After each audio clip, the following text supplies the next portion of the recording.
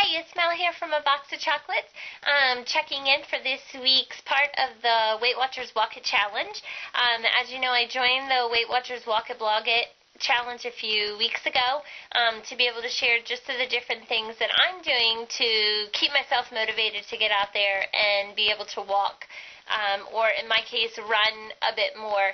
As you know, I did the Couch to 5K program, and a couple weeks ago, if you've been following my blog, I shared with you all that I actually completed my first 5K, which was huge for me, considering I never thought that I'd be able to run.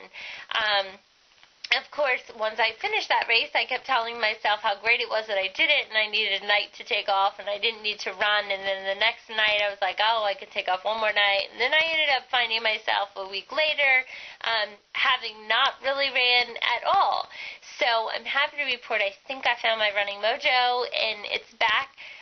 This past week, I actually have ran 3 5Ks, and each time my time was a little better, which is now my goal that I'm working on.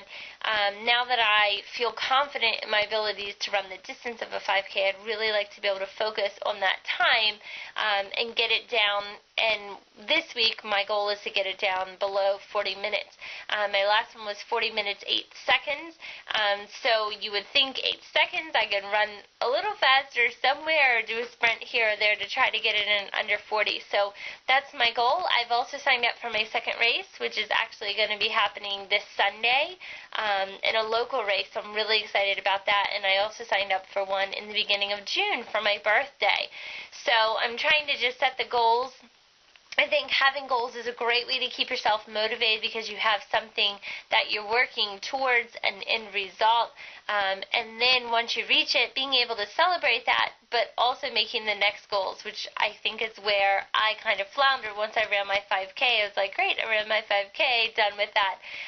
So being able to set the next goal of being able to now run the 5K in even less time.